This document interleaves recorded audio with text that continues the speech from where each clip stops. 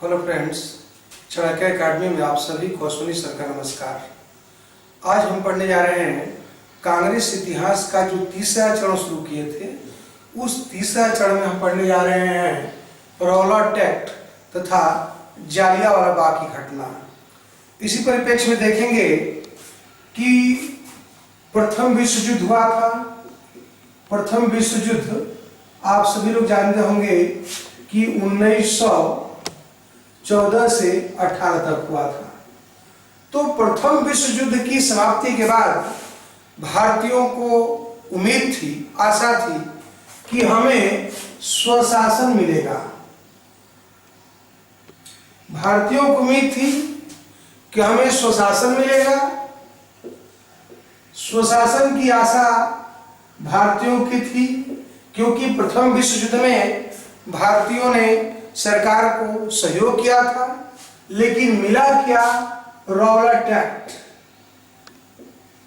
प्रथम विश्व युद्ध में सहायता करने के परिणाम स्वरूप भारतीयों को रॉलेट एक्ट मिला। ध्यान रखेंगे कि 1918 में सिडनी रॉलेट के नेतृत्व में भारतीय आंदोलन पर या जो क्रांतिकारी गतिविधियां उत्पन्न हो रही थी उन पर जांच करने के लिए एक कमेटी गठित की गई थी सिडनी रॉलेट के नेतृत्व में, और सिडनी रॉलेट की कमेटी द्वारा दी गई रिपोर्ट को रॉलेट एक्ट कहा गया। ध्यान रखेंगे कि रॉलेट एक्ट में व्यवस्था थी कि बिना कारण किसी व्यक्ति को गिरफ्तार या कैद किया जा सकता है। रॉलेट एक्ट में प्रावधान था कि बिना कारण बताए किसी भी व्यक्ति को गिरफ्तार किया जा सकता है। इसलिए रॉलेट एक्ट को बिना वकील, बिना दलील, रॉलेट एक्ट को बिना वकील, बिना दलील व बिना अपील का कानून कहा गया था। बिना वकील, बिना दलील तथा बिना अपील का कानून कहा गया था। और गांधी ने इसे काला कानून की संज्ञा दी थी।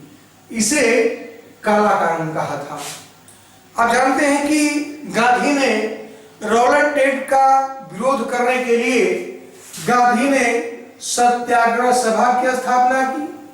ये सत्याग्रह सभा में उन्होंने इस एक्ट को विरोध दिवस के रूप में मनाने का निर्णय लिया था, और ऐसा ही निर्णय संपूर्ण देश में हो रहा था।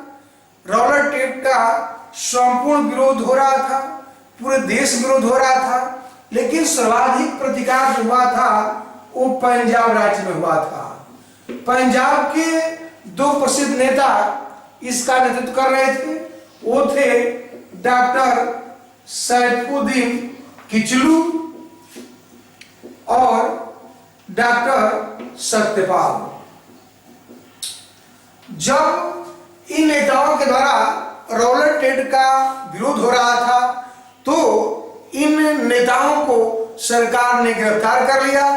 गांधी के कहीं आने जाने पर रोक लगा दी गई। परिणाम ये हुआ था कि नेताओं की गिरफ्तारी को मांग को लेकर 13 अप्रैल 1919 को पंजाब के जालियांवाला बाग में एक सार्वजनिक सभा का आयोजन किया गया था। ये बैसाखी के अवसर पर डॉक्टर सैफुद्दीन किचलू तथा डॉक्टर सत्यपाल की रिहाई को मांग को लेकर जालियांवाला बाग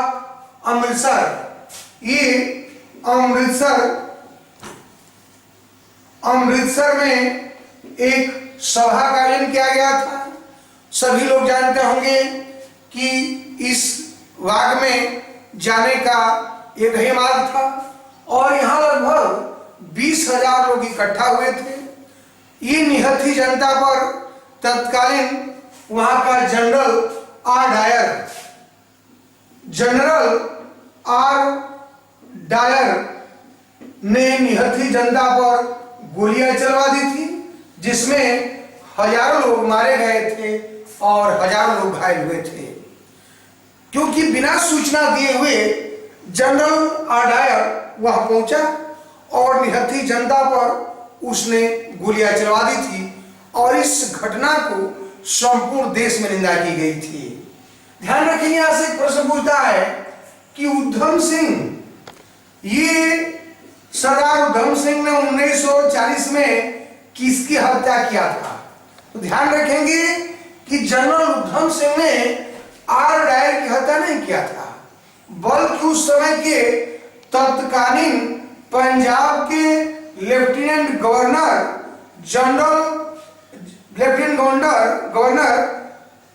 ओ डायर को लंदन में हत्या किया था। ध्यान रखेंगे कि थोड़ा सा ये आपके लिख से हटकर है, क्योंकि जनरल आर डायर और ओ डायर में डिफरेंस है। जनरल आर डायर ने गोलियां चलवाई थी, लेकिन इस तरह के आदेश उस समय के तत्कालीन लेफ्टिनेंट गवर्नर ओ डायर ने दिया था और जनरल ओ डायर को ही ये सरदार उधम सिंह ने 1940 में हत्या की थी लंदन में। तो जनरल आर डायर के कार्यों की पूरे देश में निंदा की गई थी और इस समय हमारे गुरु रविन्द्रनाथ टैगोर ने ये सर का खिताब वापस कर दिया था। ये शंकरन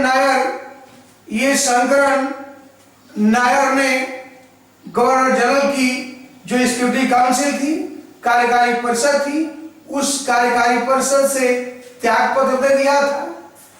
और ध्यान रखेंगे कि इस जालियांवाला बाग की घटना को जांच करने के लिए सरकार ने हंटर आयोग का गठन किया था। ये हंटर आयोग सरकार द्वारा ये नियुक्त आयोग था। हंटर आयोग ने जो रिपोर्ट दी उसमें डायर की निंदा की गई थी। हंटर रिपोर्ट में हंटर के द्वारा दी गई रिपोर्ट की निंदा की गई, लेकिन गांधी ने इस रिपोर्ट को निर्लज लिपापोती कहा था। गांधी के द्वारा जो हंटर आयोग ने रिपोर्ट दी थी उसको निर्लज लिपापोती कहा गया, लेकिन ब्रिटेन की लॉर्ड सभा, ध्यान रखेंगे कि ब्रिटेन की लॉर्ड सभा ने उसे शेर कहा और सम्मान की तलवार भेंट की और उसे 26,000 ये पाउंड धनराशि भी प्रदान किया था। ये लॉर्ड सभा की इस कार्य की पूरे देश में ही नहीं बल्कि ब्रिटेन में भी कुछ लोगों ने निंदा की। ध्यान रखेंगे कि इसी समय इस घटना को जांच करने के लिए कांग्रेस ने मदन मोहन मालवीय के नेतृत्व में एक कमेटी गठित की थी और इस कमेटी के सदस्य गांधी थे। मालवीय कमेटी की जो रिपोर्ट आई उसमें सरकार की निंदा की गई और गांधी ने मांग की कि रॉलेट एक्ट वापस लिया जाए, जालियांवाला बाग के हत्यारे को सजा दी जाए और ऐसा न करने पर गांधी ने आंदोलन की धमकी दी। सरकार को ऐसा रॉलेट एक्ट वापस न लेने, जालियांवाला बाग के हत्यारों को सजा न देने की ऐसी स्थिति में मांग को जब ठुकरा दी गई तो गांधी ने आंदोलन चलाने की धमकी दी। हम इस परिप्रेक्ष्य में पढ़ेंगे गांधी का असहयोग आंदोलन, लेकिन थोड़ा सा उल्लेख करना चाहते हैं हम कि गांधी का जो असहयोग आंदोलन था उसको खिलाफत असहयोग आंदोलन कहा जाता है। खिलाफत आंदोलन क्या था, इस परिप्रेक्ष्य में थोड़ा देखेंगे। खिलाफत आंदोलन, ये खिलाफत आंदोलन क्या था? आप जानते हैं कि प्रथम विश्व युद्ध में तुर्की मित्र राष्ट्रों के विरुद्ध था, मीन्स ब्रिटेन के विरुद्ध था। इसलिए युद्ध समाप्त होने के बाद सेवरेज की संधि हुई थी। उस सेवेज की संधि के द्वारा तुर्की के क्षेत्र को अन्य मित्र राष्ट्रों में बांट दिया गया था और तुर्की के खलीफा के अधिकारों में कटौती की गई थी। ये प्रथम विश्व युद्ध के बाद तुर्की के खलीफा के अधिकारों में कटौती की गई।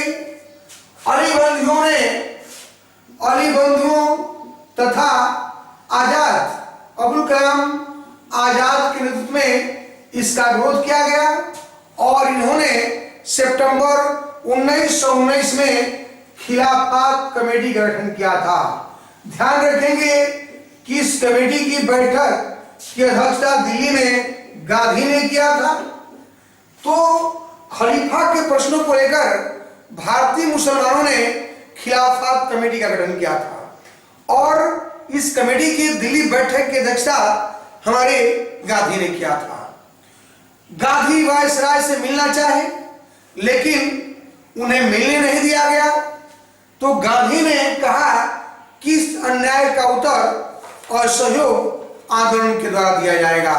ध्यान रखेंगे कि गांधी जब सरकार के विरुद्ध आंदोलन चलाने की धमकी दिए तो ऐसी स्थिति में कांग्रेस का विशेष अधिवेशन 1920 में कांग्रेस का विशेष अधिवेशन बुलाया गया था और यह विशेष अधिवेशन दिल्ली में बुलाया गया था, जिसकी अध्यक्षता लाला लाजपत राय ने किया था। आप जानते हैं कि बाल पाल लाल में मात्र यही एक उग्रवादी नेता थे जो कांग्रेस के अध्यक्ष बने थे और यह भी इसी परिस्थिति में कि गांधी के असहयोग आंदोलन को पास करने के लिए 1920 में कांग्रेस का अधिवेशन विशेष अधिवेशन दिल्ली में बुलाया गया था, जिस अधिवेशन की अध्यक्षता लाला लाजपत राय ने किया था। इस अधिवेशन में गांधी का प्रस्ताव मीन्स असहयोग प्रस्ताव पास नहीं हुआ था और इस प्रस्ताव को लेकर ही सीआर दास, Chittaranjan Das, Annie Besant, mister जिन्ना और मदन मोहन मालवीय ने विरोध किया था और इन लोगों ने कांग्रेस से त्याग पत्र दे दिया था।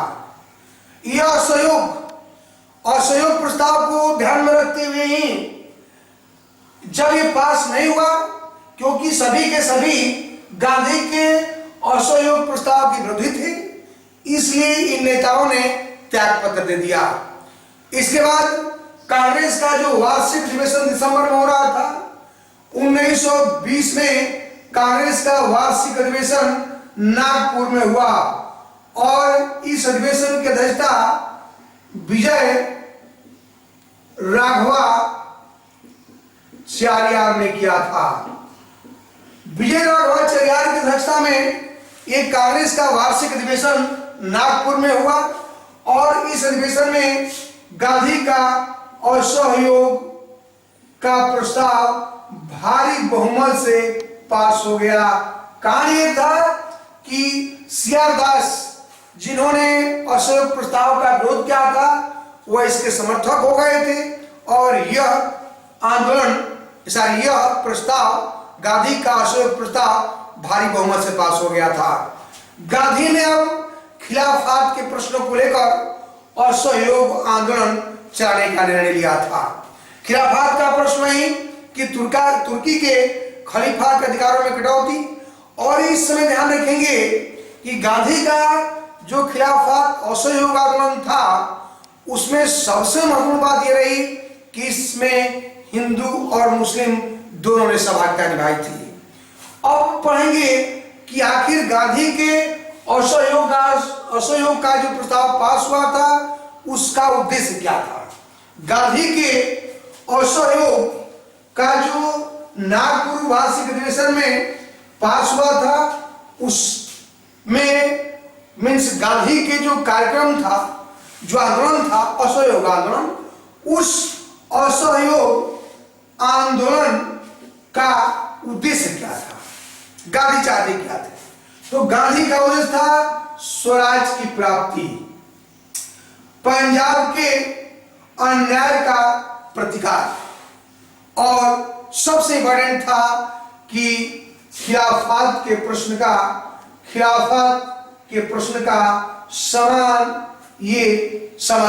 सम्मानजनक समाधान। तो गांधी ने अपने इन उद्देश्यों को लेकर असहयोग आंदोलन शुरू करने का निर्णय लिया था। इस आंदोलन में उन्होंने दो कार्य करना था, एक रचनात्मक कार्य करना था और दूसरा नकारात्मक कार्य करना था।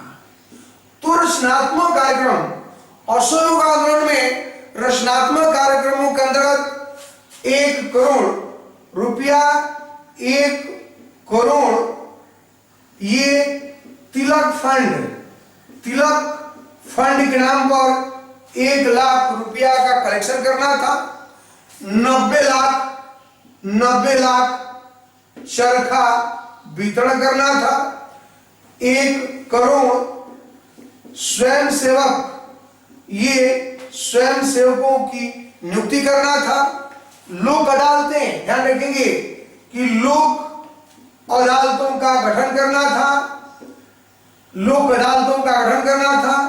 विदेशी का बहिष्कार तथा स्वदेशी, चाहे शिक्षा हो या स्वदेशी को अपनाना था।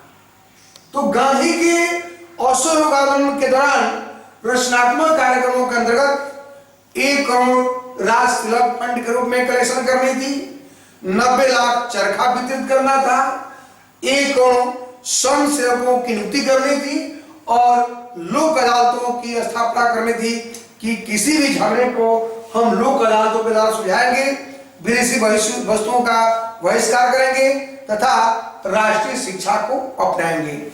इसी के अंतर्गत नकारात्मक कार्य भी करना था। नकारात्मक कार्य में बहिष्कार था, तो किसका बहिष्कार करेंगे? तो इनका बहिष्कार था सरकारी पद और उपाधियों का बहिष्कार। सरकारी पद उपाधियों का बहिष्कार करना था। शिक्षण संस्थाओं का बहिष्कार करना था। सरकारी अदालतों का बहिष्कार करना था। विदेशी माल का, ये विदेशी वस्तुओं का, विदेशी माल का बहिष्कार करना था। उसी तरह निर्वाचन का बहिष्कार करना था।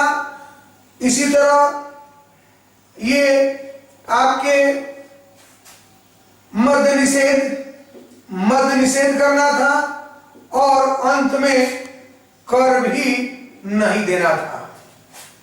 तो गांधी ने अपने असहयोग आंदोलन के दौरान रचनात्मक और नकारात्मक कार्यक्रमों को रखा था और इसी अवसर पर गांधी ने अपने पत्र यंग इंडिया, ये प्रश्न पूछा गया है, अपने पत्र गांधी ने यंग इंडिया में लिखा था कि यदि मेरे इन कार्यक्रमों को, इन योजनाओं को पूर्ण समर्थन मिला, गांधी ने अपने यंग इंडिया में लिखा था कि यदि हमारी योजनाओं को पूर्ण समर्थन मिला तो 1 वर्ष के अंदर स्वराज की प्राप्ति कर लेंगे। मीन्स 1 वर्ष के अंदर स्वराज मिल जाएगा। तो ध्यान रखेंगे ये रौलट टेप और जालियांवाला बाग का घटना रहा है और नेक्स्ट लेक्चर में पढ़ेंगे कि असहयोग आंदोलन कैसे गांधी ने शुरू किया था, उसका परिणाम क्या हुआ और अंत में उसी का परिणाम था कि असहयोग आंदोलन वापस लेने के बाद एक नई पार्टी कांग्रेस के अंदर ही एक नए दल स्वराज दल का गठन हुआ, जिसको हम नेक्स्ट लेक्चर पढ़ेंगे। तब तक के लिए धन्यवाद।